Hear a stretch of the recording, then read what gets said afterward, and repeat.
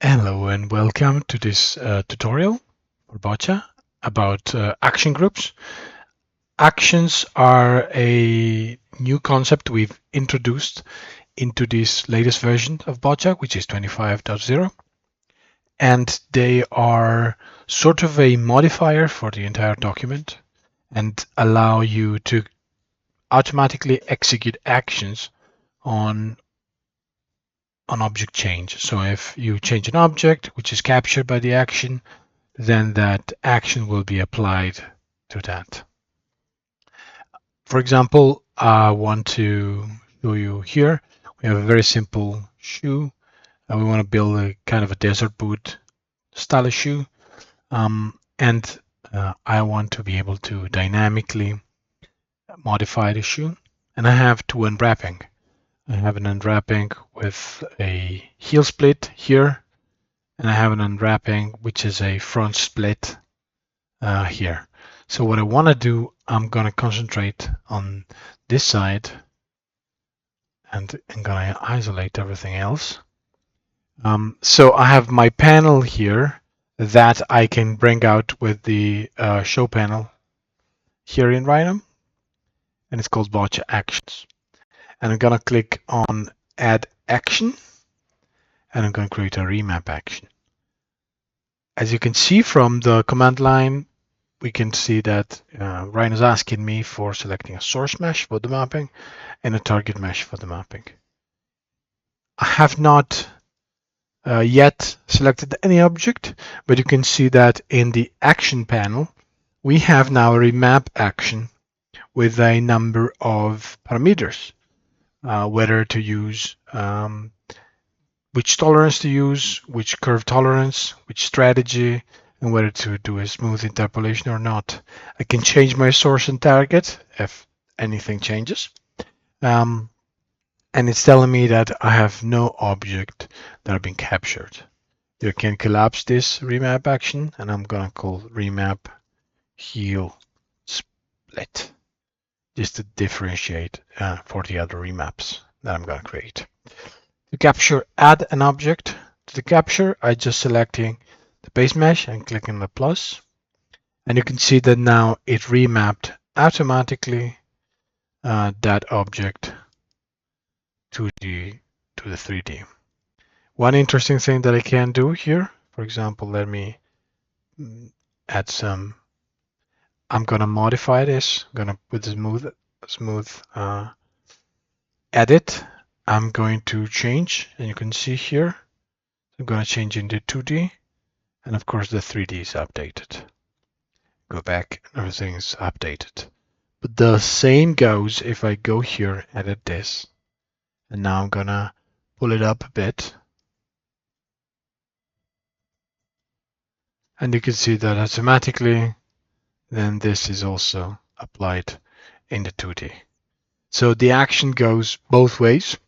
Not all of actions can work both ways, but this one does. So if I modify something and I move it along my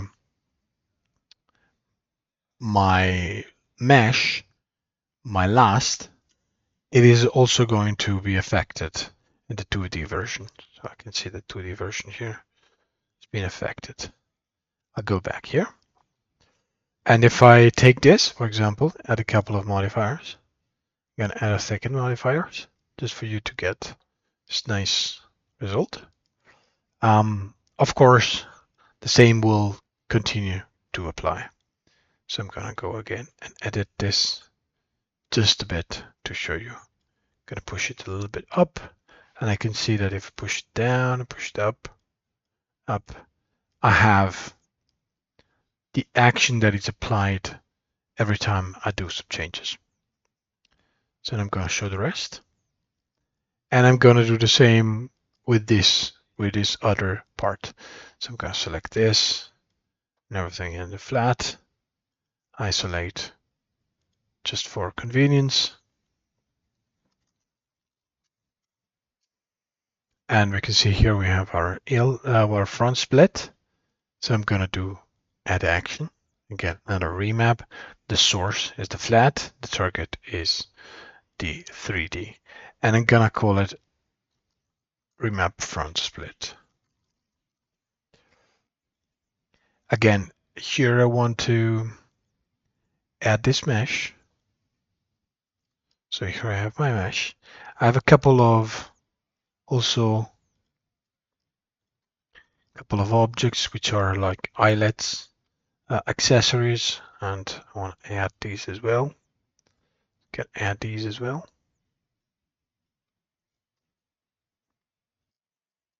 Now I have my eyelets here, and I want to do the same. I'm going to select this and add a modifier thicken, and goes for 1.5.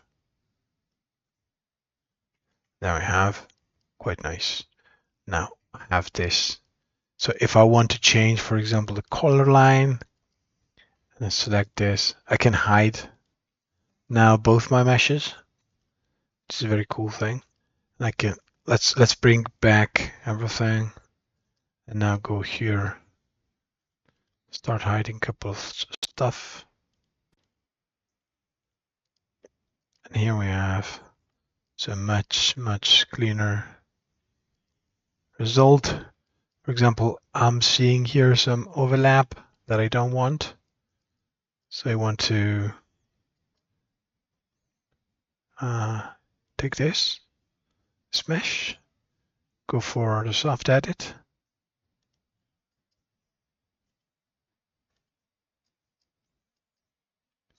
I'm going to go for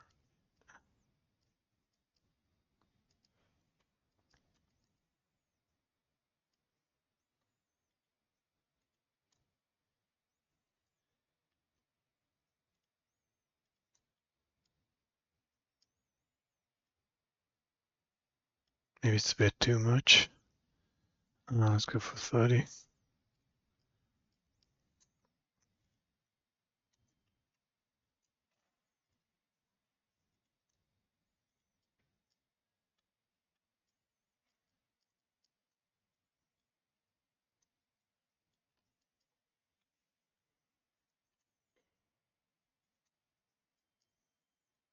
And can I adjust a bit? And then also in the 2D version, it's going to be adjusted. So this is quite, I think, quite useful, especially when you have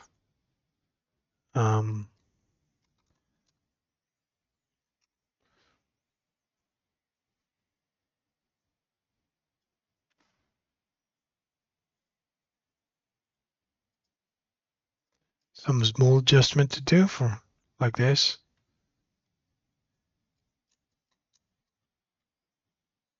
Like that, much better. Maybe I wanna push it like a little bit more up.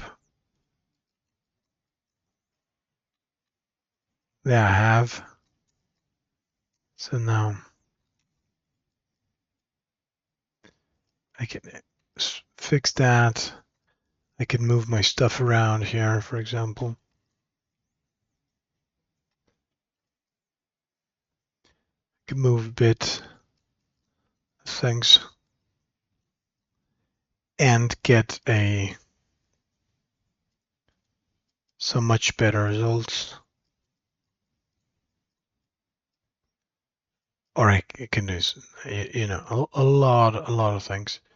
And with the action groups, this is then connected, the 2D and the 3D, and I can keep on iterating in the 3D, go back, get some reference, move things around, and things will be much more dynamic, and I will be able to then have a proper connection between the two parts. So hopefully this is all clear. There's of course other actions like a rayon mesh or the planar quad mesh, for example. And if you have any idea on what to do and which kind of action to add, we'll be more than glad to add more. So thank you very much, and we'll see you on the next one.